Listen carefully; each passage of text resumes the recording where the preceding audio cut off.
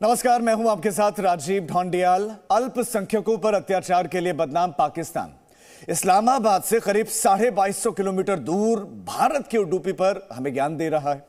कर्नाटक के उडुपी के कॉलेज में मुस्लिम लड़कियों को हिजाब पहनकर पढ़ाई करने से रोका गया था, जिसका विरोध हुआ। और यह विरोध प्रदर्शन सिर्फ कर्नाटक में नहीं बल्कि देश भर में हो रहा है। इसमें पाकिस्तान को भी मौका मिल गया। पाकिस्तान कैसे हिजाब विवाद पर हिंसा कराने में जुटा है, यह हम आपको दिखाएंगे।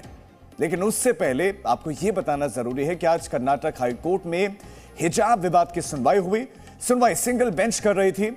हाईकोर्ट की सिंगल बेंच ने इस मामले को गंभीर बताया और केस बड़ी बेंच को भेज दिया। यानी कि अब बड़ी बेंच इस मामले में सुनवाई करेगी। अब देखिए, हिजाब बनाम भगवा की लड़ाई में पाकिस्तान क्यों कूदा।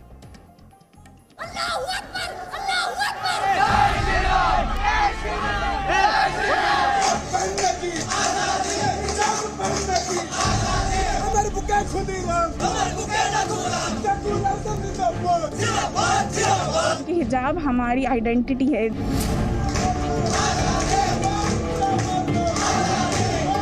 कर्नाटक के उडुपी में एक कॉलेज से शुरू हिजाब विवाद की हवा हुगली, चेन्नई, मुंबई, हैदराबाद, कोलकाता और दिल्ली होते हुए पाकिस्तान की राजधानी इस्लामाबाद पहुंच चुकी है।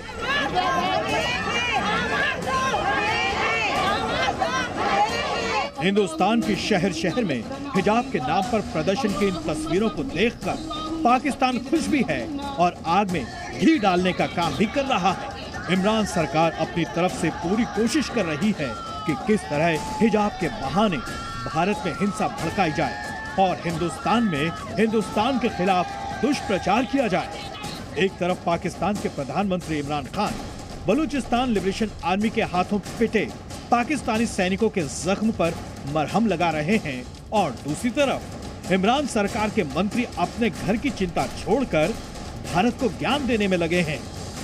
अब फवाद चौधरी को ही ले लीजिए।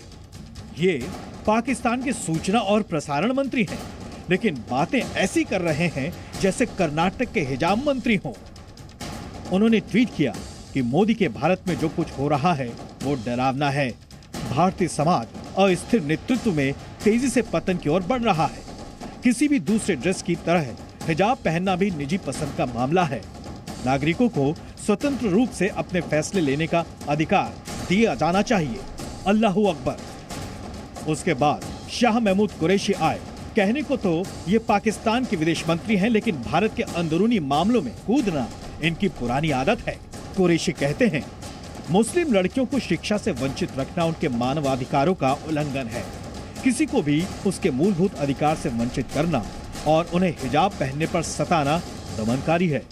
दुनिया को समझना होगा कि भारत सरकार के मुसलमानों के दमन की साजिश का हिस्सा है। पाकिस्तान में गैर मुस्लिमों पर अत्याचार के खिलाफ खामोश रहने वाली मलाला यूसुफजई को भी कर्नाटक के हिजाब मामले ने झकझोर दिया। कट्टरपंथियों के हमले झेल चुकी मलाला से रहा नहीं गया। वो कितनी बेचैन हो गईं, देखिए उन्होंने क्या लिखा। हिजाब पहनने वाली लड़कियों को स्कूलों में एंट्री देने से रोकना भयावह है। कम या ज्यादा कपड़े पहनने के लिए महिलाओं पर आपत्ति जताई जाती है। भारतीय नेताओं को मुस्लिम महिलाओं को हाशिए पर जाने से रोकना चाहिए। मलाला से लेकर इमरान सरकार तक सबको जवाब मिला और ये जवाब भारत के एक मुस्लिम नेता ने ही दिया। पाकिस्तान भाड़ में जाए, भाड़ में जाए ना, हमको पाकिस्तान से क्या करना है। मलाला पे हमला पाकिस्तान में हुआ, उसको वहां पर पढ़ना पड़ा। पाकिस्तान के संविधान के लिहाज से कोई गैर मुस्लिम वहां का वजीर आजम प्रधानमंत्री नहीं बन सकता। हम पाकिस्तान के लोगों से कहेंगे, इधर मत देखो, उधर ही देखो। तुमको तुम्हारे पास बलूचियों का प्रॉब्लम, तुम्हारे पास क्या क्या झगड़े हैं, तुम उसको देखो। ये देश मेरा है, तुम्हारा नहीं है, हमारे घर का मामला है। आप इसमें अपनी टांग या अपनी नाक मत अड़ाओ, जख्मी हो जाएंगी तुम्हारी टांग और नाक। अल्पसंख्यकों पर भारत को ज्ञान देने से पहले पाकिस्तान को अपने गिरेबान में झांक कर देखना चाहिए। अगर इसी ज्ञान पर पाकिस्तान खुद अमल करता तो पाकिस्तान में हिंदू आबादी 15% से घटकर 2% से कम नहीं होती। लाखों अल्पसंख्यक पाकिस्तान से पलायन करने के लिए मजबूर नहीं होते। और जहां तक महिलाओं की शिक्षा का सवाल है, तो 2011 की जनगणना के अनुसार भारत में 65% से ज्यादा महिलाएं शिक्षित हैं और पाकिस्तान में 2017 की जनगणना के मुताबिक भी 50% से कम महिलाएं ही साक्षर हैं। इमरान सरकार और मलाला यूसुफजई को चाहिए कि वो भारत में लड़कियों के हिजाब पर ध्यान देने की बजाय पाकिस्तान में महिलाओं की पढ़ाई लिखाई पर ज्यादा ध्यान दें। उडुपी से जितेंद्र शर्मा और बेंगलुरु से जयपाल शर्मा के साथ ब्यूरो रिपोर्ट, जी मीडिया। जहां तक हिजाब विवाद की बात है, तो ये लड़ाई हिंदू मुसलमान की लड़ाई नहीं है, ये लड़ाई धर्म की लड़ाई नहीं है। ये लड़ाई बस इतनी सी है कि हिजाब पहनकर स्कूल कॉलेज में पढ़ाई करने की अनुमति दी जानी चाहिए या नहीं। लेकिन इस सवाल का हल ढूंढने के बजाय सभी पार्टियां इस पर सियासत कर रहे हैं और सियासत का ही नतीजा है कि शहर शहर प्रदर्शन हो रहे हैं।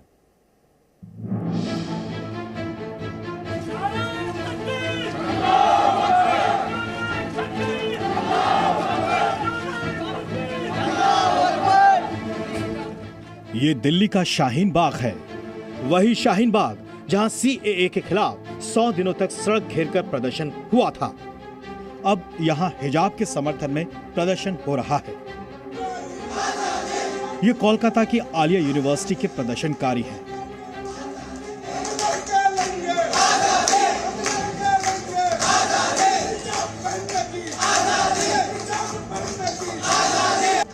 मामला हिजाब का है, लेकिन इन्हें हिजाब पहनने के साथ साथ आरएसएस और बीजेपी से भी आजादी चाहिए।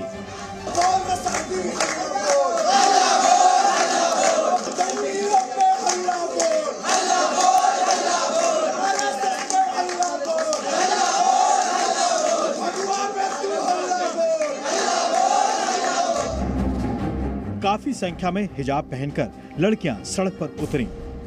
हिजाब हमारा अधिकार है, हम हिजाब पहनते हैं। अपनी हमारा कौम में हिजाब पहना, उसको कोई अगर अपमान करे तो हम मानने से नहीं रहे। यही हाल हैदराबाद में दिखा। सड़क से मैदान तक मुस्लिम महिलाएं दिखी, कहीं हिजाब के समर्थन में दुआ करते हुए तो कहीं पोस्टर और नारों से इनकलाब करते हुए। जग में लड़ता हुआ गुलाब देखा है, लहू लुहान आंखों में ख्वाब देखा है। कहेंगे ये लोग सदियों तक हमें इनकलाब में, नकाब में भी हमने इनकलाब देखा है। हुबली में अंजुमन इस्लाम नाम के संगठन ने प्रदर्शन किया, तो मुंबई में भी महिलाएं हिजाब पहनकर कॉलेज जाने के समर्थन में उतरी। भोपाल में इन महिलाओं ने हिजाब के समर्थन की अलग तैयारी कर रखी थी। उन्होंने बुर्का पहनकर क्रिकेट खेला। हिजाब के समर्थन में ये इनका खेल वाला प्रदर्शन था। और अब आपको दिखाते हैं हिजाब विवाद पर नेताओं की मिसाल।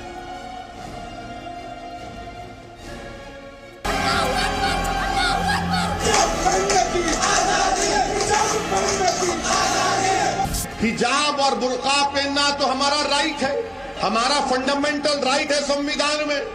मैं क्या पहनता हूं, क्या खाता हूं, किसी के बाप को झांकने की जरूरत नहीं है उसमें। एक महिला का अधिकार है, वो बिकिनी पहनना चाहे, वो हिजाब पहनना चाहे, वो घूंघट लगाना चाहे, वो साड़ी पहनना चाहे, वो जीन्स पहनना चाहे।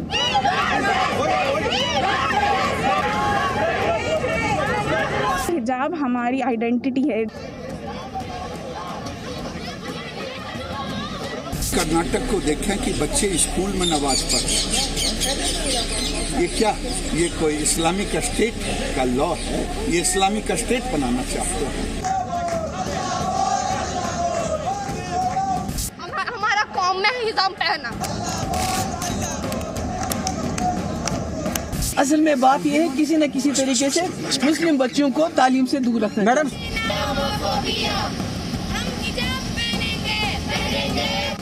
कुछ लोग जिस तरह से इन मुद्दों पर भी सियासत कर रहे हैं, वो कतई जो है वो न तो उस समाज का भला कर रहे हैं जिसके नाम पे ही सियासत कर रहे हैं, न अपना भला कर रहे हैं। She was shouting Allahu Akbar. There was not even a single student around her.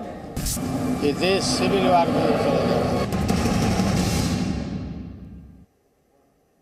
अब वक्त एक छोटे से ब्रेक का है, लेकिन ब्रेक पर जाने से पहले एक सवाल आपके सामने कि क्या वाकई हिजाब पहनकर स्कूल कॉलेजेस में पढ़ाई करने की अनुमति दी जानी चाहिए या फिर नहीं? अपना जवाब आप सोशल मीडिया पर लिख सकते हैं। Presenting B News app available on Google Play and App Store. Download it now.